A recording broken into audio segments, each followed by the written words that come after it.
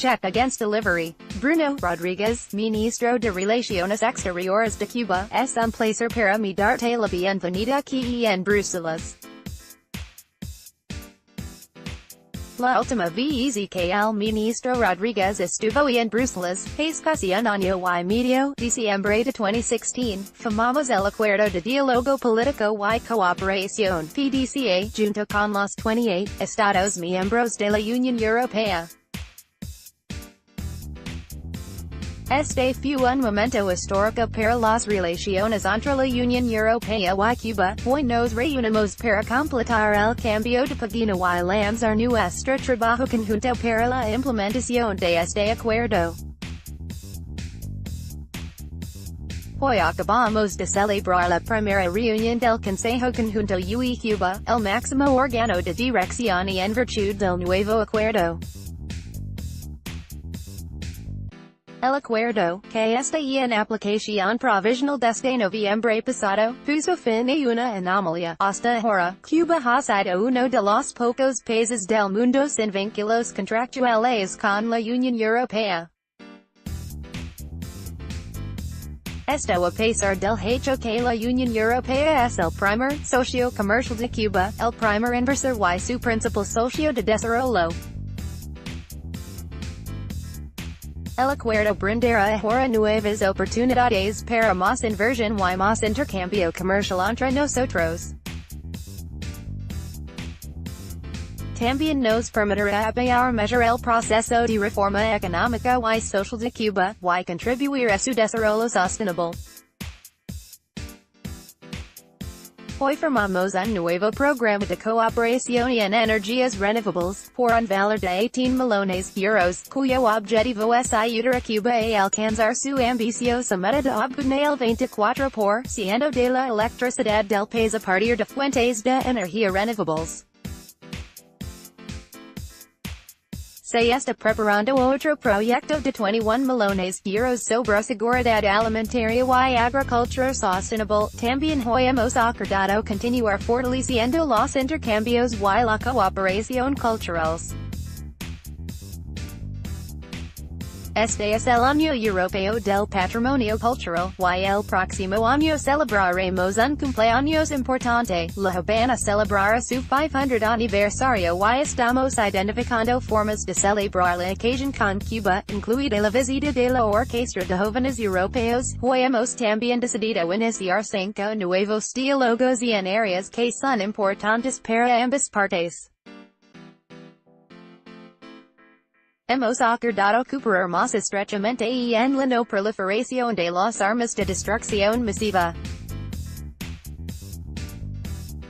Estamos estableciendo también un nuevo diálogo sobre el control de las armas convencionales, muy importante en la región. Hemos acordado cooperar en la aplicación de la Agenda 2030 y considerar juntos el potencial de la cooperación triangular entre los países.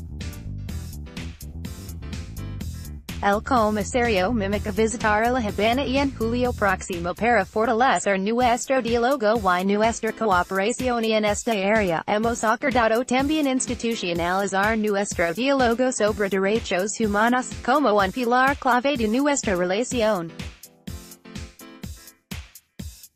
Nos basaremos en nuestras consultas informales, iniciadas en 2015 en esta área.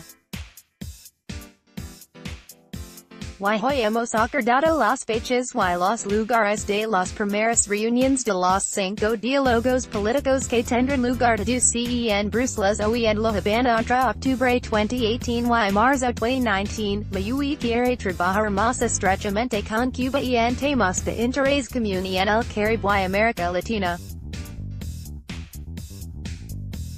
Cuba ha desempeñado un papel muy positivo en la resolución de conflictos y en la ayuda a los procesos de transición, por ejemplo el alcanzar el acuerdo de paz entre el gobierno colombiano y los FARC. También damos la bienvenida a la disponibilidad de Cuba para acoger las conversaciones de paz con el ELN. Esperamos que Cuba también pueda desempeñar un papel al abordar la situación en Venezuela.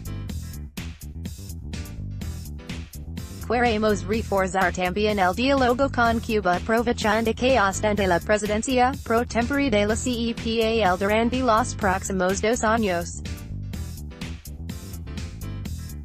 La reunión de la semana pasada en La Habana de la Comisión Económica de las Naciones Unidas para América Latina fue inaugurada por el secretario general Antonio Guterres, quien estará mañana en el Colegio de Comisarios, dando testimonio de la importancia de esta organización. Queremos construir una asociación más estrecha con Cuba, basada en el diálogo sincero y respetuoso, el respeto mutuo y la cooperación efectiva. Allow me to say one final word in English, not out of my papers but of my heart. I believe that, today, we have celebrated an important step in the relations between the European Union and Cuba, an historical, positive step but also very concrete.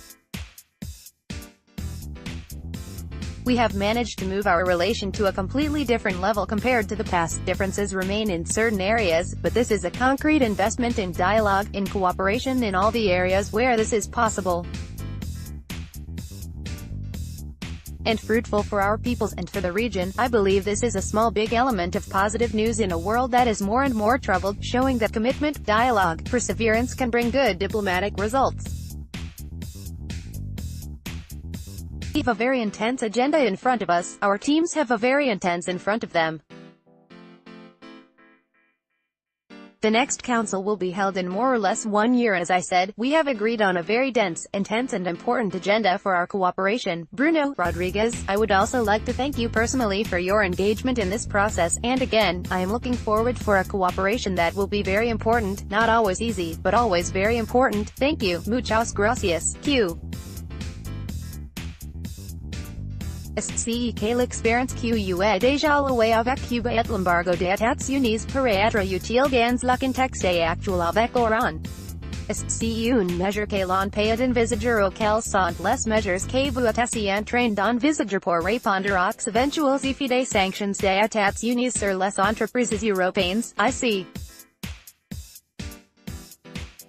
3 different issues here. One is the European Union position on the blockade, on which the European Union and the member states have always been very clear, so clear that just a few months ago, in the UN General Assembly voted unanimously a resolution asking for the end of the blockade.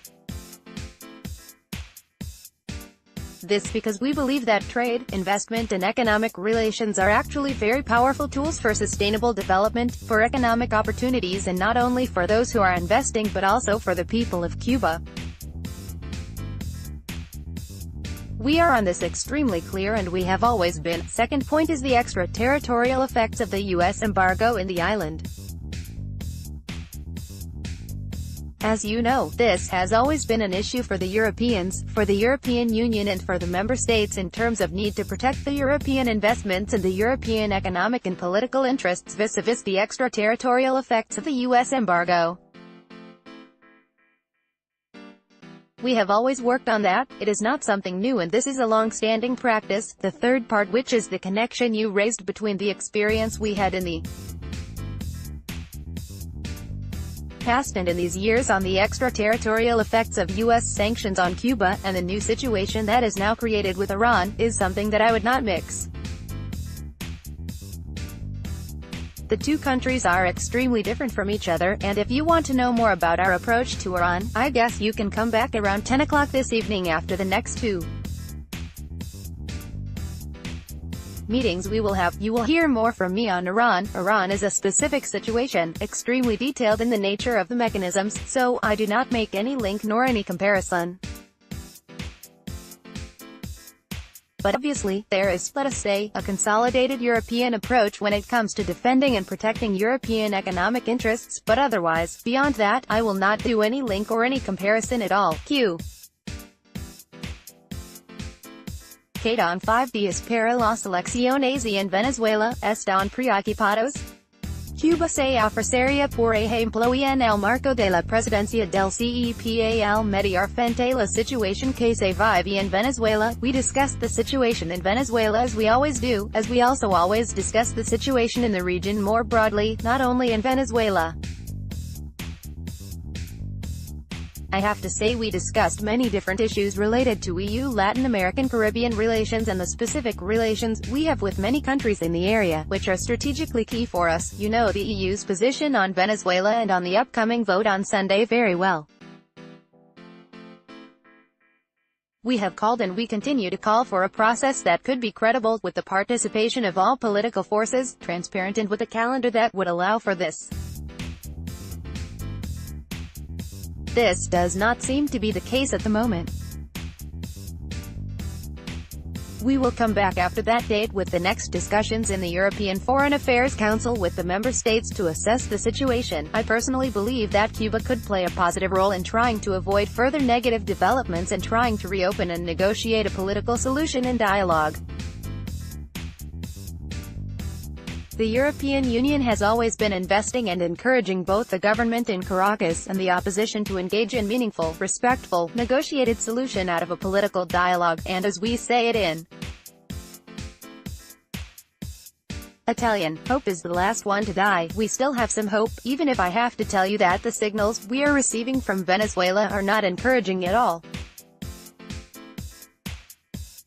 But again, if any actor in the region or beyond can play a positive role for reopening meaningful negotiations on a political level to bring the country out of the current tensions and crisis, that would be only welcomed and supported by the European Union. Link to the opening remarks linked to the queue.